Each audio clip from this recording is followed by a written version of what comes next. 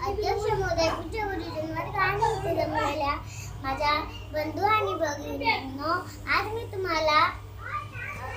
तुम्हाला डॉक्टर बाबासाहेब आंबेडकर यांच्याविषयी काही दोन शब्द सांगणार आहे. ते तुम्ही शांतचित्ताने ऐकावे अशी माझी नम्र विनंती.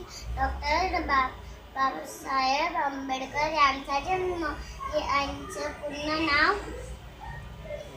यांचं पूर्ण नाव भीमराव रामजी आंबेडकर असे होते. त्यांच्या वडिलांचे नाव रामजी तर आईचे नाव भीमाबाई होते.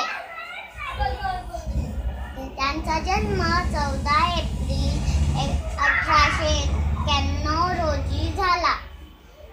मध्य प्रदेशात तेथे महू तेथे झाला.